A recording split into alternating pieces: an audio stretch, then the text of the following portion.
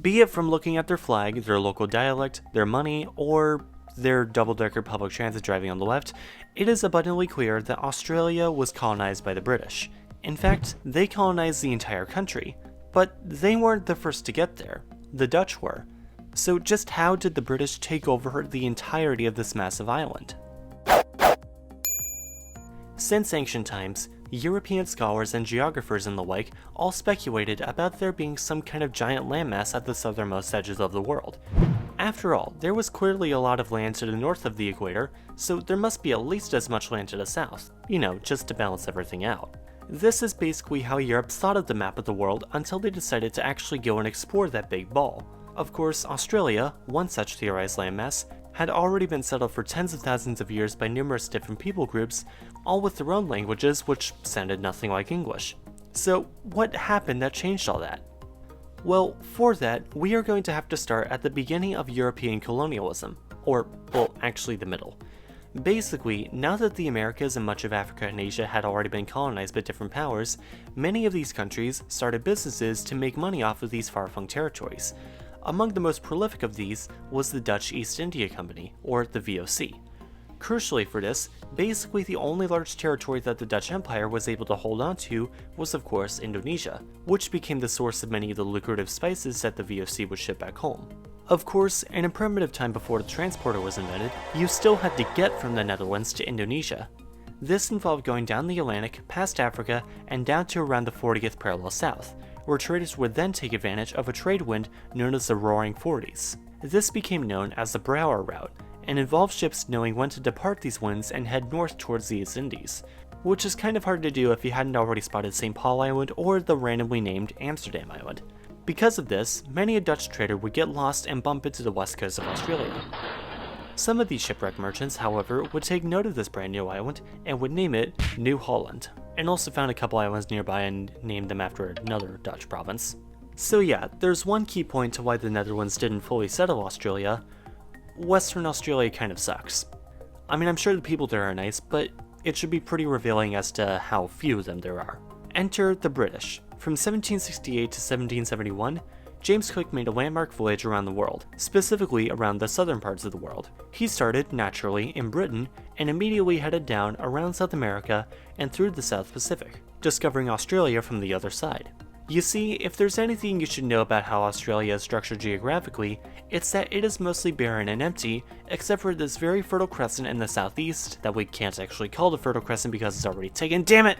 This map should show exactly what's going on though. It's a map of the average population density throughout Australia, and you'll notice that most Australians live near the coasts of South Australia, Victoria, New South Wales, and Queensland. Oh, and of course, some people in Tasmania. This only becomes more visible if we look at the locations of Australia's 17 biggest cities, all with a population greater than 100,000. In decreasing order, they are Sydney, Melbourne, Brisbane, Perth, Adelaide, Gold Coast, Newcastle, Canberra, Sunshine Coast, Wollongong, Geelong, Hobart, Townsville, Cairns, Darwin, Toowoomba, and Ballarat. Jeez, how non-Australian do I sound now? Only two of these cities, Perth and Darwin, lay in the western half of the country. This sole fact, combined with the difficulties of just getting to this part of the world and making it back alive, explain why the Dutch never colonized New Holland, but why the British did colonize Australia. In short, this is why the most visible source of Dutch influence in Australia is of course fairy bread, so just keep this in mind as we get back to the history. So, when we last left off, not Captain James Cook was finishing his first voyage around the world in 1771. But what's this? The 1770s? Oh, I think I know what this means for Britain's colonial interests. You see, Britain's first overseas colonies were in modern-day North America, but this changed drastically in 1776, when real history started and the American revolutionaries kicked the British out of all of America. Most of America. Then Britain remembered about that new fertile land they had just found down south, and also needed to relieve their overly packed prison systems, and so established a penal colony in Botany Bay, down in the rugged, unforgiving wastelands of Sydney, establishing the colony of New South Wales in 1788. For the first few decades though, the British actually decided not to completely jump into taking over everything they saw. They would do that in the 19th century. However, at first, the British only claimed everything on Australia east of 135 degrees east. Then came the mid-19th century, when the British then expanded their claims to the rest of the island, with the establishment of Western Australia. Then blah blah blah, the colonies turned out to be actually quite livable, they united together, minus New Zealand and Fiji, and created a new commonwealth to get more rights and political distance from Britain, and now their country. Now, admittedly, this is an incredibly narrow scope of Australian history, which is actually incredibly vast in its own right, but anyone who saw my old History of Australia video that I made just about a year ago, or at least before I enlisted it, knows what happens when I try to talk about all of Australian history as an ignorant American. I apparently just make a bunch of dumb jokes and talk more about the Emu War than actual history. This video, however, was just about a specific part of Australian history.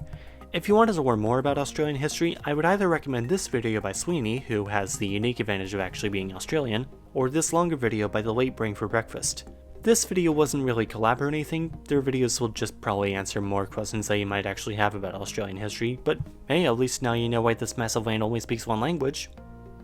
That's gotta count for something.